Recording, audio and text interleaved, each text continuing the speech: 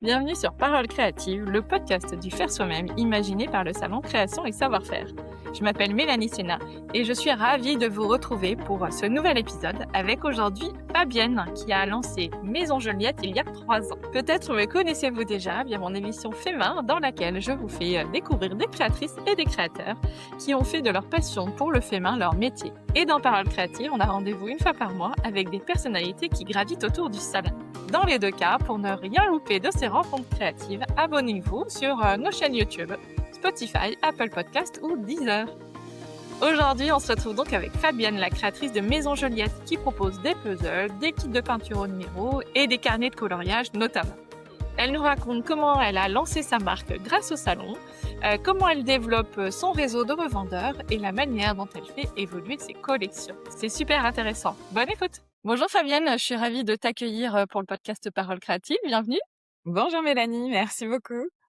Alors, est-ce que je peux te laisser te présenter, s'il te plaît, et nous dire tout ce que tu fais? Oui, alors donc moi c'est Fabienne, je suis la fondatrice, la créatrice de la marque Maison Joliette, qui a 3 ans. J'ai commencé en 2023 et le premier produit, mon produit phare, c'est le puzzle. Donc là, je vous ai, apporté le premier puzzle qui est sorti, qui s'appelle Multitude avec tous les visages de femmes. Et donc des puzzles 500 pièces, 1000 pièces, plutôt à destination des adultes. Et ensuite la gamme s'est beaucoup, élargie et donc j'ai aussi, créé toute une, partie, loisirs créatifs, papeterie avec, des kits de peinture au numéro, des petits coloring books, des carnets et cetera. Plein de choses. Très bien. J'imagine qu'avant, tu faisais autre chose? Ça fait pas juste 3 ans que tu es sortie de l'école? Et non, malheureusement, je ça fait un petit peu plus de temps que ça. Oui, en fait, moi, à la base, je suis infographiste et chargée de communication, donc j'ai travaillé pendant, quasiment 15 ans, en entreprise. Au début dans la grande distribution, dans l'événementiel et ensuite pour une entreprise qui, fournissait des, articles de papeterie et de loisirs créatifs aux écoles et aux collectivités. Donc j'étais déjà un petit peu, dans le domaine. D'accord. Et puis, tu avais ce goût du dessin, ce goût du design, ce goût de l'artistique?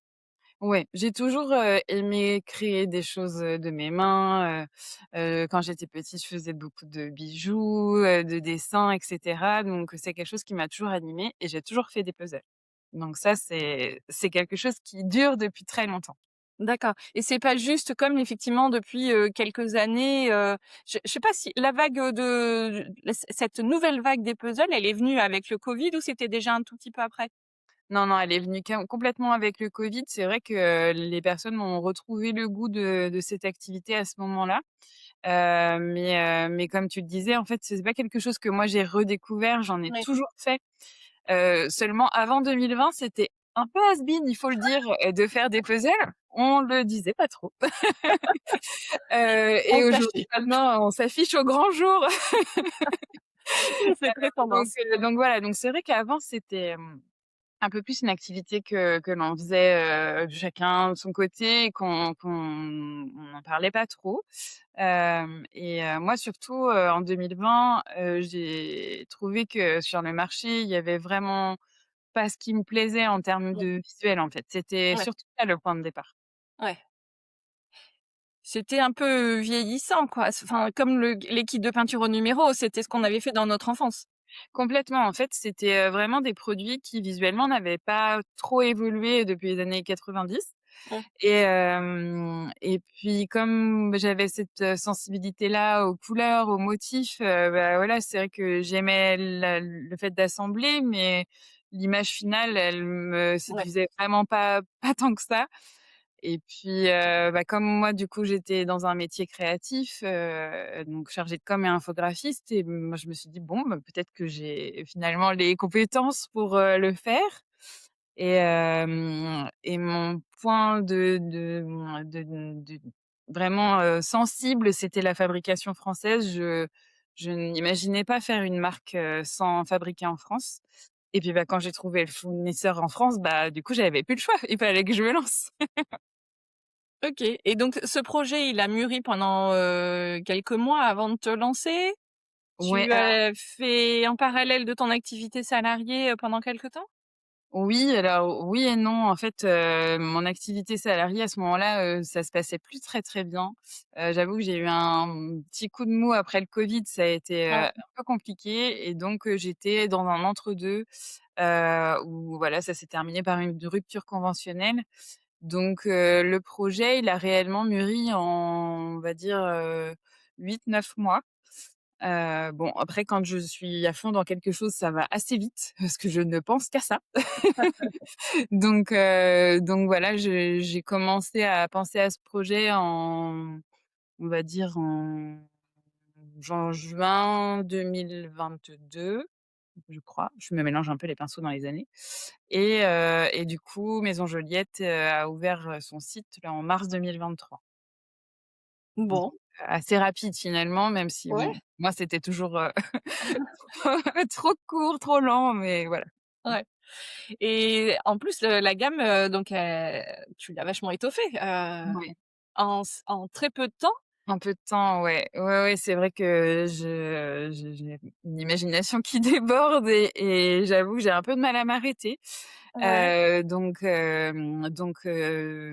Tout de suite, il y a eu beaucoup de papeterie. En fait, les visuels qui se trouvent sur les puzzles sont Mmh. toujours déclinés en petites cartes, en petits carnets, en bloc-notes et cetera. Et assez rapidement, j'ai commencé à créer des petits coloring books comme ceci.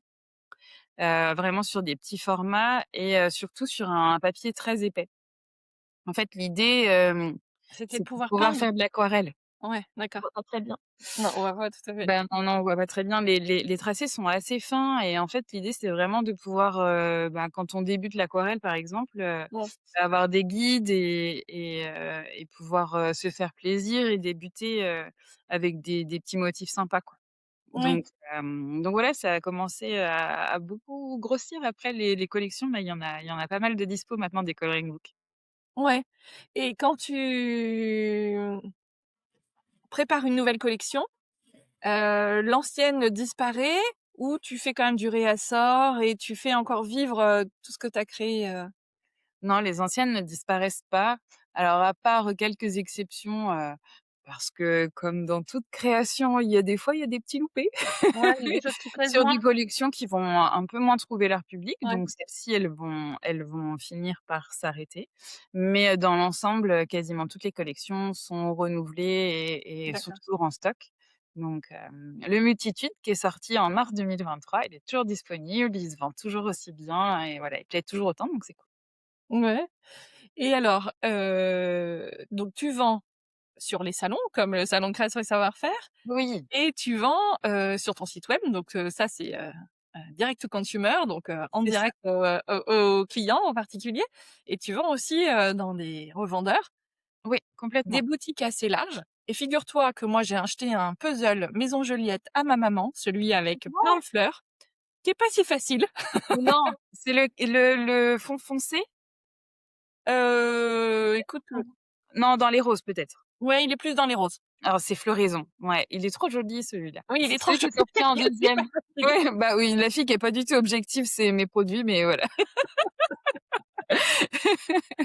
Mais oui, oui, il plaît beaucoup aussi celui-ci et il est effectivement pas si facile. Ouais, il est pas facile et figure-toi que je l'ai trouvé dans une petite boutique Mmh. du fin fond de la Puisée, là où mes parents habitent et donc j'ai fait, ce cadeau en prévision pour ma maman, qui est en plus c'était rigolo parce que c'était une ancienne boutique, de retoucherie, de couture, en fait. OK, d'accord. C'était une, voilà, donc c'est une boutique, tu vois, que moi j'ai connue quand j'étais gamine et Mmh. qui a été, transformée en un peu concept store. Il y a pas mal de choses, voilà Ouais, des petits et cadeaux, voilà, de petits cadeaux, beaucoup le made in France et tout ça et voilà, j'étais, surprise, tu vois, de trouver ces produits, là, parce que c'est vraiment la campagne. Alors donc la Puisée, c'est Ouais. dans l'Yonne, en Bourgogne.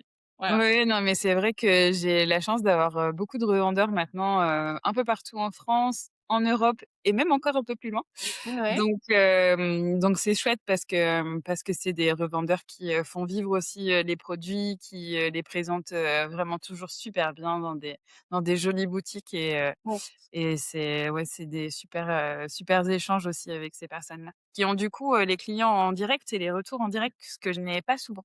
Oui, et c'est pour ça, du coup, que tu fais des salons aussi? Pour rencontrer les tes clientes et tes Ouais, clients? complètement. C'est vrai que, bah, dans l'année, moi, je suis souvent derrière mon ordinateur ou à préparer des commandes Ouais. et donc j'ai assez peu de contacts en direct avec les clients finaux et les salons, ça permet, de rencontrer les gens, de pouvoir échanger, de pouvoir, donner aussi souvent des nouvelles idées et ça, c'est trop Mmh. bien, soit de visuels, soit de nouveaux produits. Donc c'est vraiment des moments importants dans l'année. Ouais. Donc on peut te passer la une commande, ou te donner te glisser de l'inspiration quand Mais on c'est te voit. vrai, je ne vais pas tout dévoiler, mais il y a des choses qu'on m'a demandé beaucoup, beaucoup au CSF l'année dernière et c'est une nouveauté de cette année qui va sortir en septembre. Donc voilà, petit teasing. Tu nous donnes le thème quand même pour nous mettre sur une piste? Eh bien, je pense que les, visiteurs du CSF, trouveront, voilà, leur bonheur, dans ce nouveau puzzle. OK, On dirait. on n'en saura pas plus. OK. Hem, le Une des dernières choses que tu as annoncées aussi, sur ton compte Instagram, donc il y a quelques jours, Mmh, et moi j'ai été là, j'applaudissais des 2 mains derrière mon téléphone, c'est que, donc tu es distribué maintenant par Cultura. Donc on parlait des ouais, revendeurs, donc il y a les complètement. revendeurs, les «petites boutiques» entre guillemets, plein de petites Les boutiques partout. indépendants, voilà. Voilà, des distributeurs indépendants Mmh, et aussi, cet énorme, réseau. Donc bravo parce que c'est pas rien de se faire référencer et merci. distribuer, chez Cultura. Comment ça s'est passé? Et bien, en fait, je les ai rencontrés sur un salon professionnel. Et c'est vrai que de prime abord, c'est très impressionnant quand Mmh, on voit quelqu'un qui arrive de chez Cultura et en même temps, le contact était très facile, très agréable parce qu'on a ce même goût pour, les produits et pour le créatif et donc après, il a fallu quelques mois de discussion et ça, c'est normal parce que c'est des grands clients, enfin des gros clients. Heu et du coup, il y a eu une opportunité là pour la fête des mères de proposer les produits Maison Joliette. Alors, les coloring books et les peintures au numéro, pas les puzzles encore. ah d'accord, OK. Et du coup, il a fallu donc livrer les 111 magasins en France. Ce qui était pas rien parce que je suis encore toute seule. Donc Ouais, c'est ça, mais parce que quand tu disais tu prépares les commandes, ça veut dire que c'est donc toi tu récupères ce que tu as fait produire, fait fabriquer, donc en ouais, France? oui. Tout est ouais et Puzzle, en France et sur le loisir créatif en France ou en Italie sur certains petites choses, donc voilà. Mais je vais d'accord, pas plus loin que l'Italie. ouais et donc toi, ça veut dire que tu stockes chez toi tout Pour ce que tu l'instant, oui. reçois? Alors j'ai quand même un autre endroit, où j'ai un peu de stockage, voilà pour le moment et une fois que j'ai tout reçu, il faut par exemple pour les kits de peinture, il faut que je conditionne tout puisque les choses arrivent séparément, et ensuite je prépare toutes les commandes. Donc c'était, un peu difficile. J'avoue que ma maison, là derrière moi là, il y avait pas de la jolie déco. Il y avait des montagnes de cartons. Voilà. Mais non, mais c'était chouette, c'était, enfin, c'était une super expérience aussi parce que, bah, forcément, c'est pas du tout la même logistique et le même travail que d'expédier une commande par une, comme ça, chez des indépendants et du coup, j'ai encore appris beaucoup de choses donc c'était trop chouette. Ouais.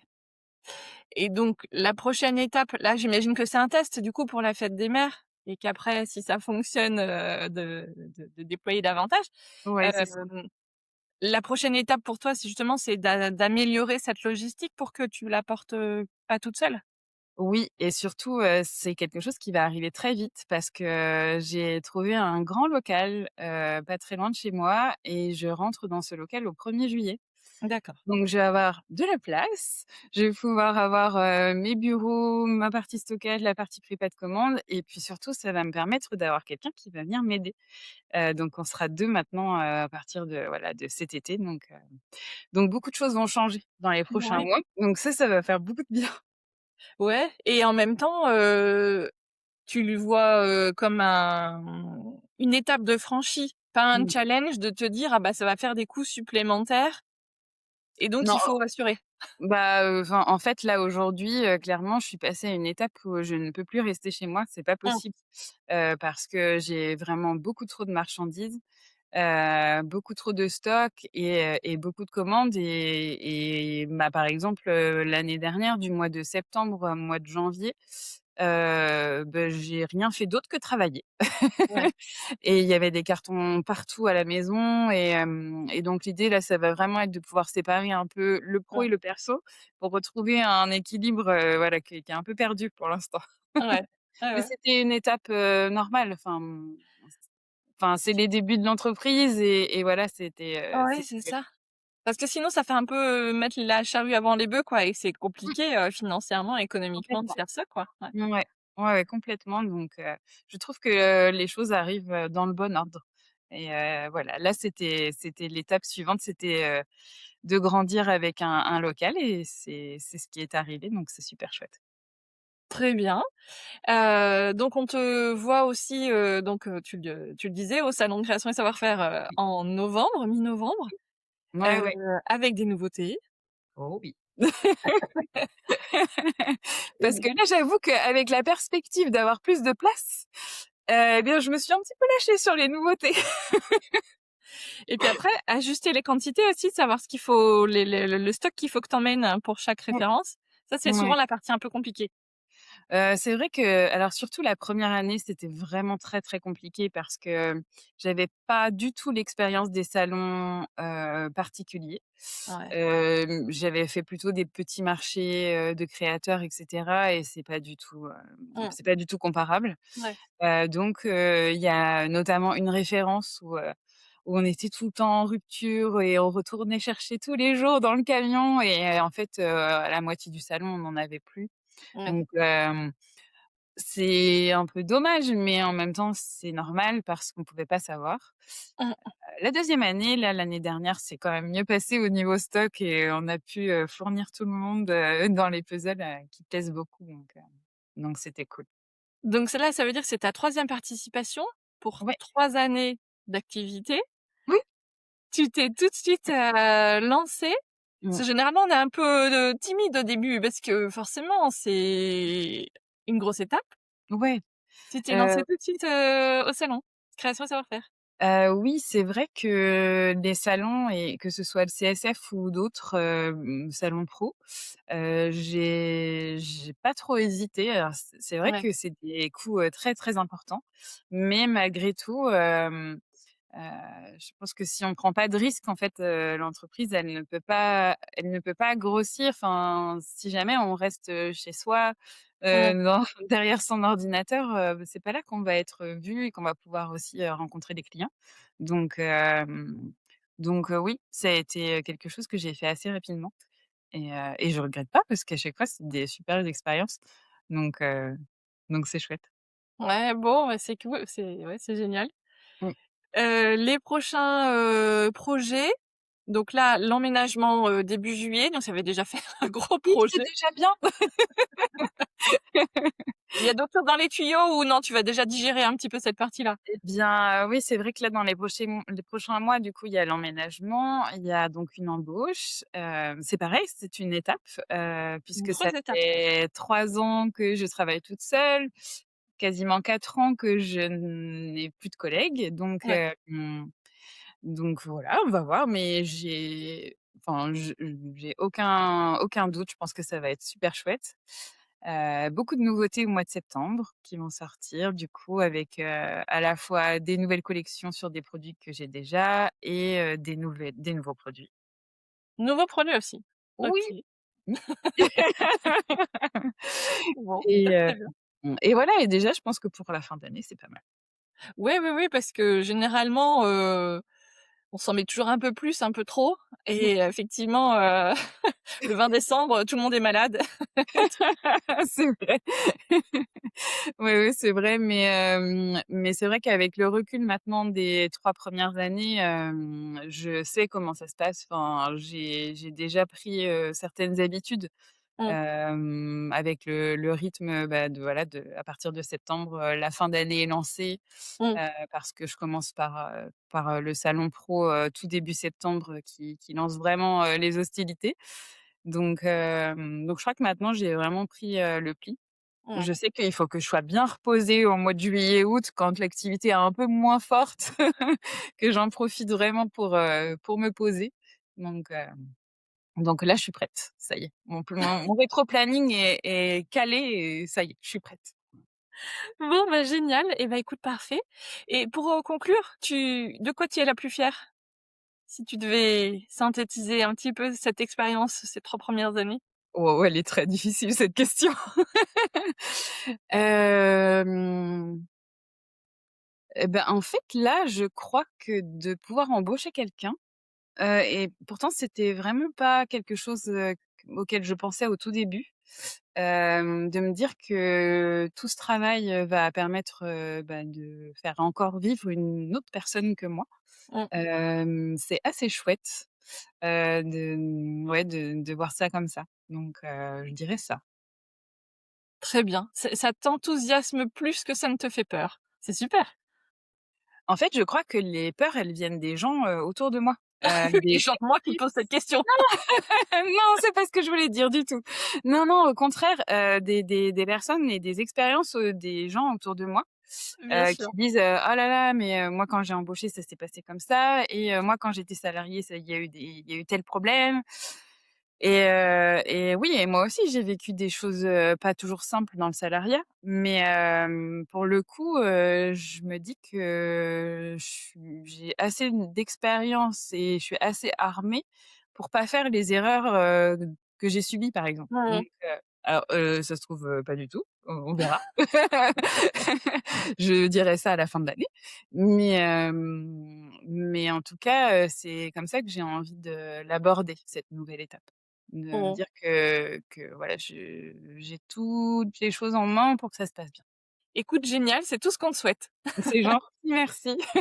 Donc on te retrouve, évidemment sur Instagram et ta boutique en ligne et puis, en fin d'année, au Au salon Création et CSF, Savoir-faire, au oui, CACF. Super, oui, parfait. oui. Merci beaucoup Fabienne. Merci à À toi. bientôt. Au revoir. C'est tout pour aujourd'hui. Cet épisode est le dernier de la saison, mais pas d'inquiétude, vous avez déjà plus de 25 épisodes disponibles et vous ne les avez sans doute pas encore tous écoutés. Si vous avez aimé cette conversation, abonnez-vous dès maintenant sur la plateforme sur laquelle vous l'écoutez pour ne pas louper d'épisodes. C'est évidemment gratuit. Et partagez l'émission à votre communauté créative en nous mentionnant. Que ce soit sur Instagram, Facebook, TikTok, Pinterest ou YouTube, vous retrouverez le compte de création et savoir-faire sous le nom Salon DIY. Et rappelez-vous, chaque création a une histoire et la vôtre commence ici. À très vite sur Parole Créative.